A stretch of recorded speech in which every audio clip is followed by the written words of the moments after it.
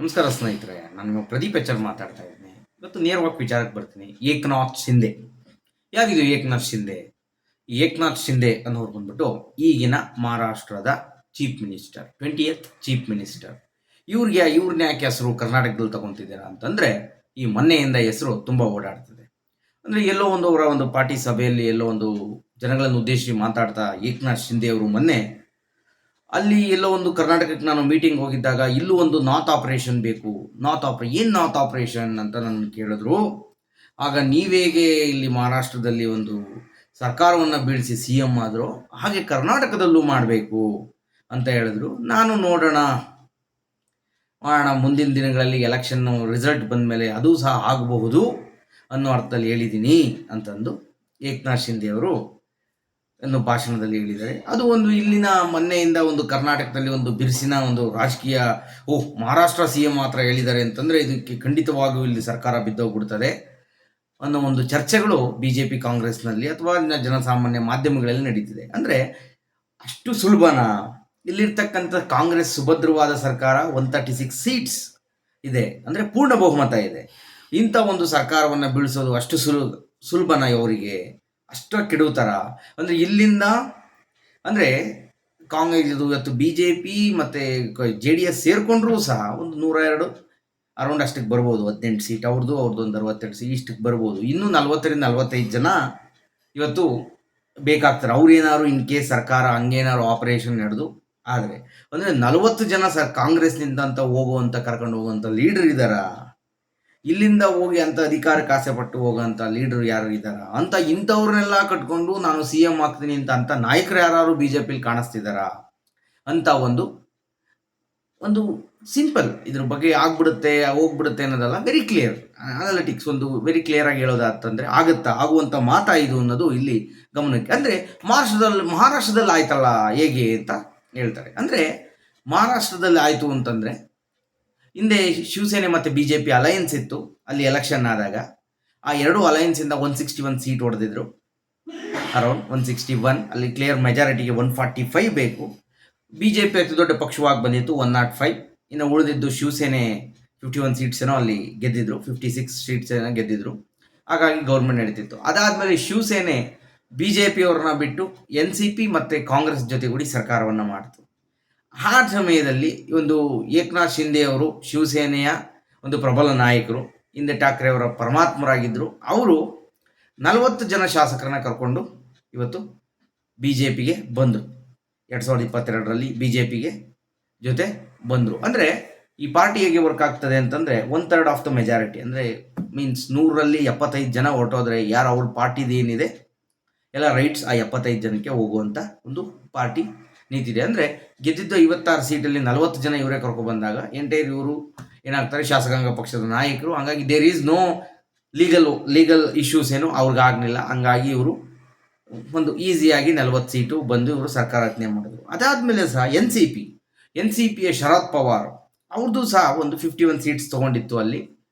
ಅಲ್ಲಿ ಅವರ ಅಣ್ಣನ ಮಗ ಅಜಿತ್ ಪವಾರ್ ಅನ್ನೋರು, ಅವರು ಕಾಂಗ್ರೆಸ್ ಮತ್ತು ಶಿವಸೇನೆ ಈ ಜೊತೆ ಎಲ್ಲ ಸರ್ಕಾರ ನಡೆಸಿದ್ರು. ಅದಾದ ಮೇಲೆ ಅವರು ಸಹ 40 ಜನಗಳನ್ನು ಕರ್ಕೊಂಡು ಬಂದು ಅವರು ಸಹ ಅಲ್ಲೂ ಇದೇ ಥರ ಪಾರ್ಟಿ 1/3 ಆಫ್ ದ ಮೆಜಾರಿಟಿ ಏನು 40 ಜನ ಕರ್ಕೊಂಡ್ಬಂದು ಅವರು ಸಹ ಅಲ್ಲಿ ಒಂದು ಉಪಮುಖ್ಯಮಂತ್ರಿ ಸ್ಥಾನದಲ್ಲಿ ಇವತ್ತು ಮಾಡಿದ್ದಾರೆ. ಅಂದರೆ ಇಲ್ಲಿ 3 ಪಾರ್ಟಿಗಳು other than B J P 3 ಪಾರ್ಟಿಗಳು ನಿಯರ್ 40 ಈ ಥರದೊಂದು ಮೋರ್ ದೆನ್ 40 ಸೀಟ್ಸ್ನ ಶಿವಸೇನೆ ಮತ್ತು NCP ಗೆದ್ದಿತ್ತು. ಕಾಂಗ್ರೆಸ್ಸು ಸಹ ಗೆದ್ದಿತ್ತು, ಅಲ್ಲಿ ಸ್ವಲ್ಪ ಸೀಟ್ಸ್ಗಳನ್ನ ಕಾಂಗ್ರೆಸ್ ಗೆದ್ದಿತ್ತು.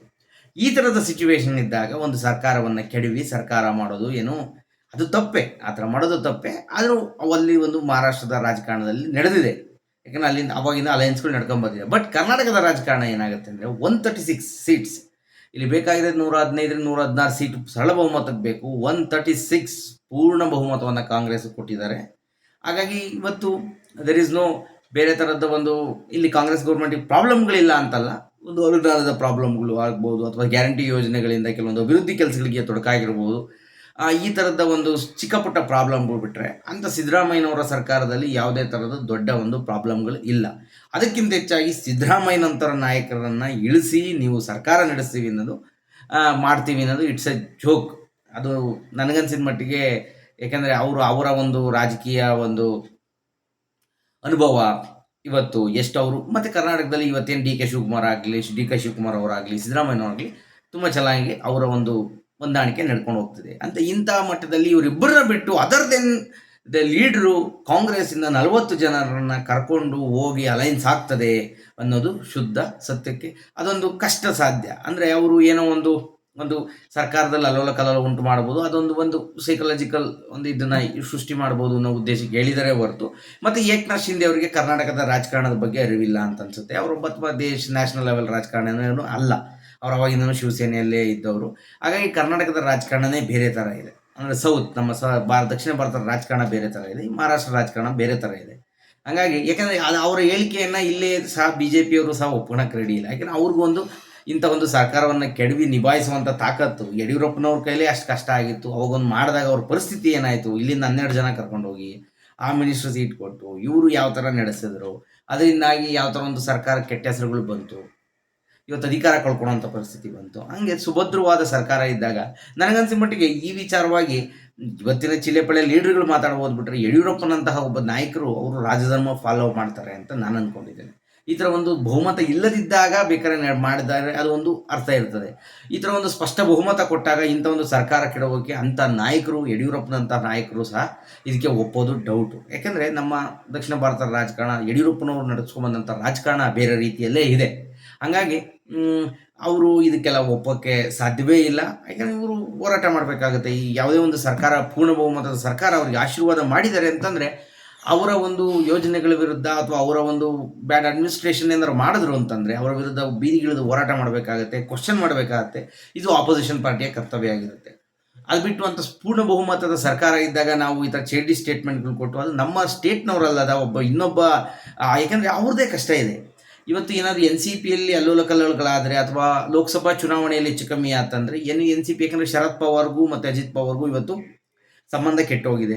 ಹಾಗೂ ಶಿವಸೇನೆಯ ಒಂದು ಠಾಕ್ರೆ ಇವರೇನಿದ್ದಾರೆ ಮತ್ತು ಇವರು ಬಂಡಾಯವೆದ್ದು ಇಲ್ಲಿ ಬಂದಿದ್ದಾರೆ. ಯಾವಾಗ ಯಾವ MLAಗಳ ನಿಯತ್ತು ಅಥವಾ ಪಕ್ಷದ ಯಾವ ಥರ ಚೇಂಜ್ ಆಗುತ್ತೆ ಅಂತ ಗೊತ್ತಿಲ್ಲ. ಯಾಕೆಂದರೆ ಅವರ ಸರ್ಕಾರವೇ ಸುಭದ್ರ ಇಲ್ಲ. ಅಂದರೆ ಅವ್ರ ಸರ್ಕಾರ ಸುಭದ್ರ ಇಲ್ಲದಿರುವಂಥ ಟೈಮಲ್ಲಿ ಇಲ್ಲಿರ್ತಕ್ಕಂಥ ಒಂದು ಸುಭದ್ರ ಸರ್ಕಾರವನ್ನು ಅದು BJP ಅವ್ರ ಕಾಂಗ್ರೆಸ್ ಇದೇ ಸೀಟಲ್ಲಿ BJP ಇದ್ದಿದ್ರು ಸಹ 136 ಸೀಟ್ ತೊಗೊಂಡು ಕಷ್ಟ ಇತ್ತು. ಅದನ್ನು ಯಾವುದೋ ಒಂದು ಸರ್ಕಾರ ಸುಭದ್ರವಾದ ಸರ್ಕಾರವನ್ನು ಬೆಳೆಸೋಕ್ಕಾಗಲ್ಲ. ಅದಕ್ಕಿಂತ ಹೆಚ್ಚಾಗಿ ಯಾವುದೋ ವೀಕ್ ಚೀಫ್ ಮಿನಿಸ್ಟರ್ ಇದ್ದು ಇದಾಗಿದ್ರೆ ನನಗನ್ಸಿದ ಮಟ್ಟಿಗೆ ಸಿದ್ದರಾಮಯ್ಯನವರಂತಹ ನಾಯಕರನ್ನು ಇಳಿಸಿ ಇವರು ಸರ್ಕಾರ ನಡೆಸ್ತಾರೆ ಅನ್ನೋದು ಒಂದು ಹಗಲಿಗನ್ಸುವಂತ ಅನಿಸುತ್ತೆ. ಹಂಗಾಗಿ ಅದು ಯಾವ ಇದ್ರ ಮೇಲೆ ಇವರು ಸ್ಟೇಟ್ಮೆಂಟ್ ಮಾಡಿದ್ರೆ ಗೊತ್ತಿಲ್ಲ. ಅದೇ ಒಂದು ಜಸ್ಟ್ ಪೊಲಿಟಿಕಲ್ ಸ್ಟೇಟ್ಮೆಂಟ್ ಮಾಡಿ ನಾವೊಂದು ಇಲ್ಲ ಅಲ್ಲಿ ನೆರೆದಿದ್ದಂಥ ಪಕ್ಷದ ಕಾರ್ಯಕರ್ತರಿಗೆ ನಾವು ಯಾವ ಥರ ನನ್ನ ಒಂದು ಇದಿದೆ ಅನ್ನೋ ಒಂದು ತೋರಿಸ್ಕೊಳಕ್ಕೆ ಏನಾದ್ರು ಅವರು ಮಾಡಿದ್ರು ಏನೋ ಇರ್ಬೋದು. ಬಿಟ್ಟರೆ ಅದಕ್ಕೆ ಹೆಚ್ಚಿನ ಮಹತ್ವವನ್ನು ಇಲ್ಲಿ ಕೊಡಬೇಕಾಗಿಲ್ಲ ಅಂತ ನಮ್ಮ ಒಂದು ಪತ್ರಿಕಾ ಜರ್ನಲಿಸಮ್ ಇದರ ವ್ಯೂ ಪಾಯಿಂಟಲ್ಲಿ ಹೇಳೋದ ಅಂತಂದರೆ ಇದಕ್ಕಿಂತ ಹೆಚ್ಚಿನ ಮಹತ್ವ ಇಲ್ಲ ಅಂತ ಅನಿಸುತ್ತೆ ಸ್ನೇಹಿತರೆ. ಹಾಗಾಗಿ ಇದೊಂದು ಅನಲಿಟಿಕ್ಸ್ ಏನನ್ನು ಮಾತಾಡಿದ್ರೆ ನಿಮ್ಗೆ ಇಷ್ಟ ಆಗಿದರೆ ನನ್ನ ಚಾನಲ್ನ ಫಾಲೋ ಮಾಡಿ ಸ್ನೇಹಿತರೆ. ನಮಸ್ಕಾರ.